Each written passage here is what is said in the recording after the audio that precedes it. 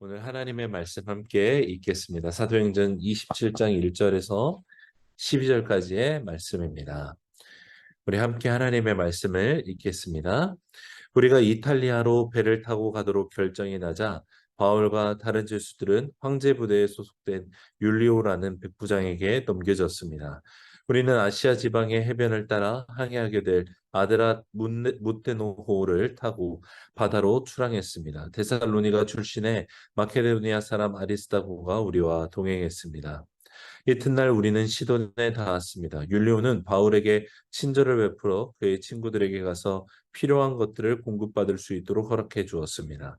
시돈에서 우리가 계속 항해할 때 역풍이 불었기에 우리는 키프로스 해안을 끼고 항해하게 됐습니다. 길리기아와 밤빌리아 앞바다를 지나서 루기아 지방의 무라에 상륙했습니다. 그곳에서 백부장은 이탈리아로 가는 알렉산드리아호를 찾아 우리를 그 배에 태웠습니다. 우리는 여러 날 동안 느린 항해 끝에 가까스로 니도 앞바다에 도착했습니다. 그러나 바람이 불어 우리 항로를 지키지 못하고 살문의 맞은편 크레타 섬을 끼고 간신히 해안가를 따라 움직여 라세아 도시에서 가까운 아름다운 항구라는 곳에 이르렀습니다. 많은 시간이 소모되고 금식하는 절기도 지났기 때문에 항해가 위험해졌습니다. 그래서 바울이 사람들에게 충고했습니다. 여러분, 내가 보니 우리가 이렇게 계속 항해하다가는 재난에 빠지고 배와 짐이 큰 소실을 입을 뿐 아니라 우리 목숨도 위태로울 것입니다. 그러나 백부장은 바울의 말보다는 선장과 선주의 말을 더 따랐습니다. 그 항구는 겨울을 나기에 적당하지 않았기 때문에 대다수의 사람들이 베닉스에 가서 겨울을 날 수 있기를 바라는 마음에 계속 항해하고자 했습니다. 베닉스는 크레타 섬에 있는 항구 도시로 남서쪽과 북서쪽을 향하고 있었습니다. 아멘. 오늘 1절 말씀이 이렇게 시작됩니다. 우리가 이탈리아로 배를 타고 가도록 결정이 나자 바울과 다른 죄수들은 황제 부대에 소속된 율리오라는 백부장에게 넘겨졌습니다. 라고 말하죠. 바울이 이제 베스도와 아그리파 왕의 결정에 의해서 실제로 배를 타고 로마로 이송되도록 결정되었다라는 것이죠.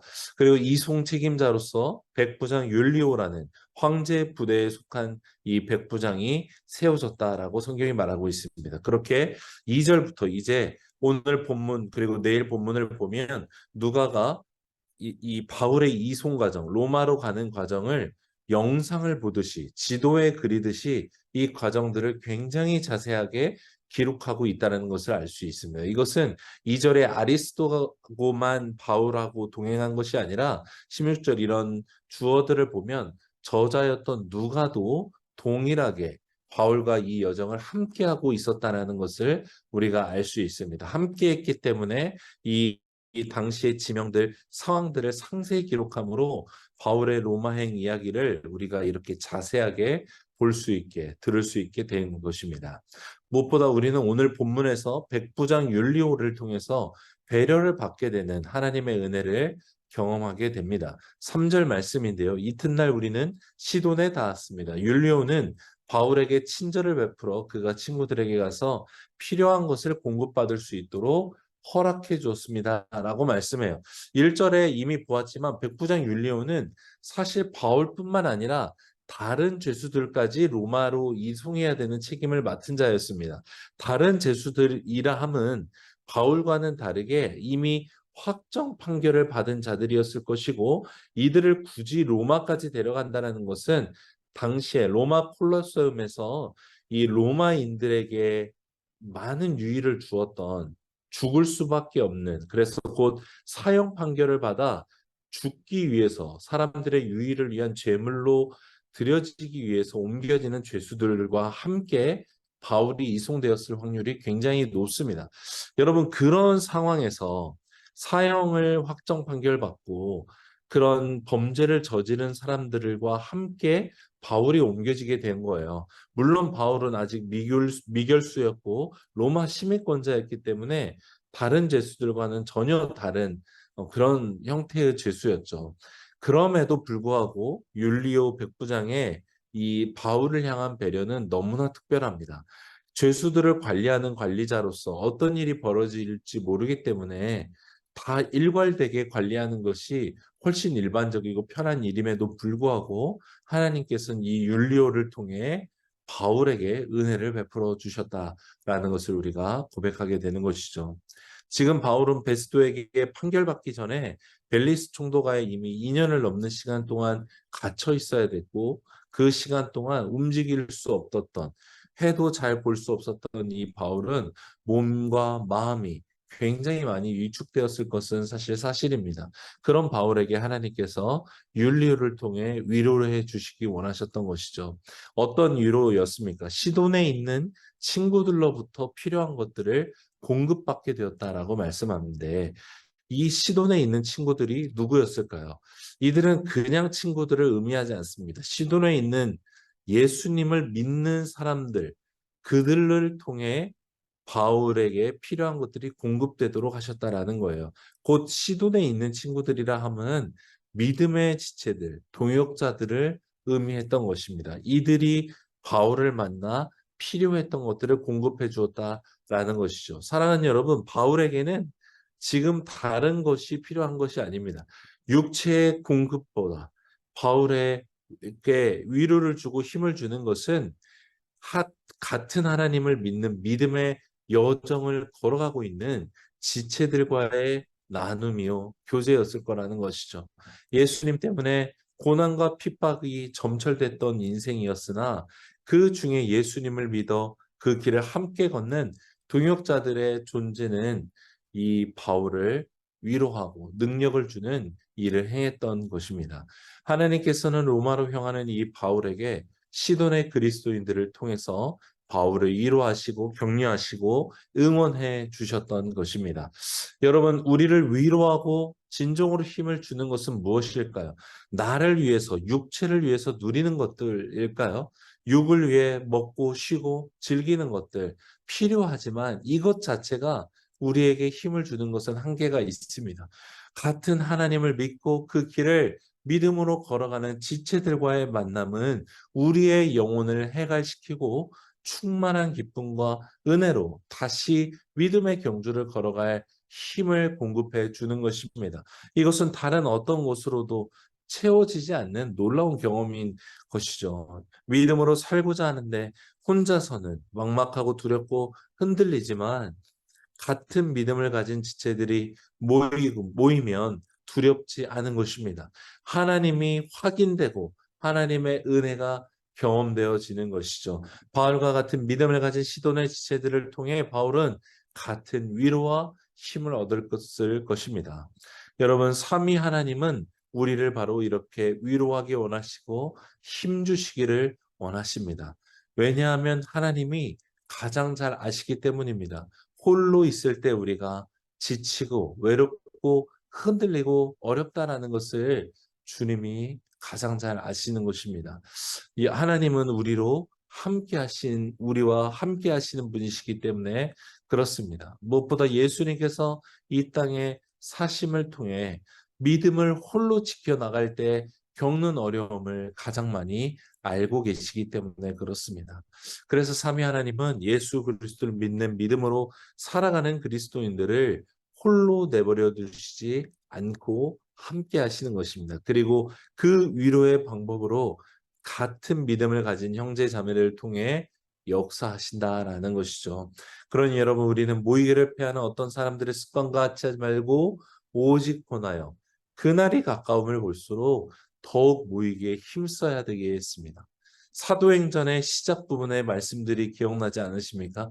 날마다 마음을 같이하여 성전에 모이기를 힘쓰고 집에서 떡을 떼며 기쁨과 순전한 마음으로 음식을 먹었다라고 말합니다. 여러분, 당시 사람들이라고 바쁘지 않았을까요? 초대교회뿐만 아니라 이 바울이 세웠던 수많은 교회 성도들이 바쁘지 않았을까요? 여유가 있었을까요? 옛날이라고 더 편했을까요? 그렇지 않아요. 당시의 그리스도인들은 가장 하층민 노동자들이었어요. 대부분이 그랬어요. 아침부터 밤까지 일하여서 육체가 지칠 대로 지친 상태로 이들이 모였어요. 지금보다 더 힘들고 바빴고 어려웠지만 함께 모여서 예수님 이야기하면서 그 자체로 힘과 위로를 얻었던 것입니다. 여러분, 우리 시대는 예수님 말고도 위로를 주고 기쁨을 주는 것들이 너무나 많아요. 그래서 예수님 때문에 모여서 경험하는 이 기쁨이 작은 것처럼 느껴지기 시작해요. 사회의 골프 모임이나 즐기는 모임이 더 훨씬 깔끔하고 즐거운 것처럼 우리를 착각하게 만드는 거예요. 그렇게 예수님 때문에 모이는 것에 우선순위들이 밀리기 시작해 가는 것입니다. 사랑하는 여러분, 모이기 원합니다. 순으로 모이고, 예배로 모이고, 양육으로 모이고, 남성과 여성으로 또 1대1로 다양한 형태로 모이기를 원합니다. 어떤 모임이든지 예수님 때문에 모이고 예수님의 이야기를 할 때 주님께서 그 모임 중에 함께 하심으로 우리의 가운데 역사하여 주실 것입니다. 혼자서는 믿음이 약하고 흔들립니다. 그러나 그때 함께하는 믿음의 지체들로 말미암아 우리는 능히 믿음의 경주를 이어갈 힘과 능력을 얻게 되는 것입니다. 모기에 힘쓰고 함께함으로 말미암는 이로와 능력이 우리에게 경험되기를 간절히 소망합니다. 오늘 6절 이후를 보면 바울 일행이 이 이탈리아로 본격적으로 항해하는데 그 지중해를 건너야 됐기 때문에 6절을 보면 곡물 수송선이었던 알렉산드리아호로 옮겨 타게 됩니다. 당시에 이런 곡물 수송선들은 아마도 개인의 소유였을 것이고 로마 황제의 승인 아래 이 율리오와 같이 이 로마의 그 권세자들의 그 요구에 의해서 이런 죄수를 옮긴다거나 이런 사람들을 세우는 것에 들여졌던 사용되어졌다라는 것을 우리가 알 수 있습니다.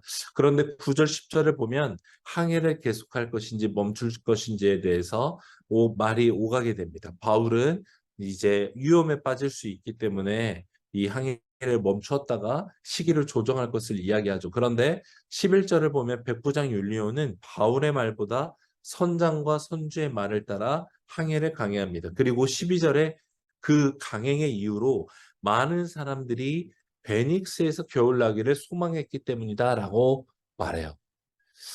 그러나 우리가 아는 대로 이 강행했던 결과로 유라굴로 태풍을 만나게 되고 이 배는 위험에 빠지게 되고 사실은 결국 다 죽을 수밖에 없는 어려움 앞에 서게 됩니다.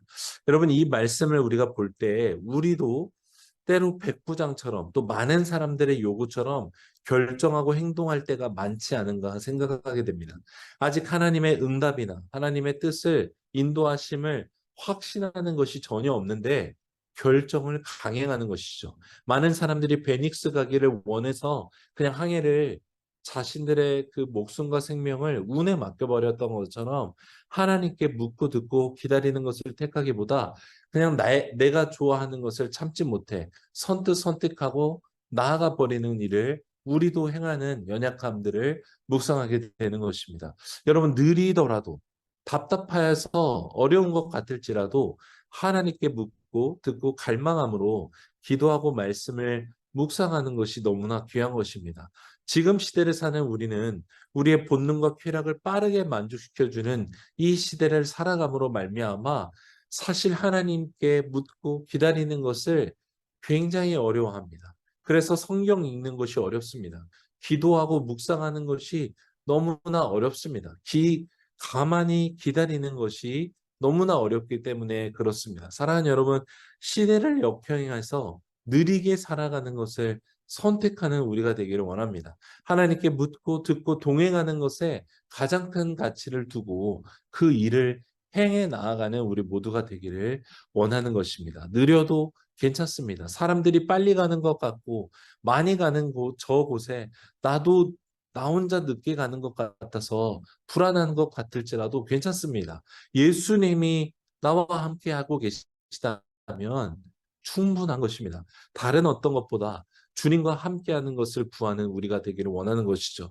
빠른 응답과 만족이 아니라 이미 가장 큰 사랑과 은혜를 주시고 우리와 함께 하시는 이 주님과 동행하는 기쁨을 누리는 우리 모두가 되기를 간절히 원하는 것입니다. 오늘 이 말씀 앞에서 우리 주님께 함께 기도하기를 원합니다.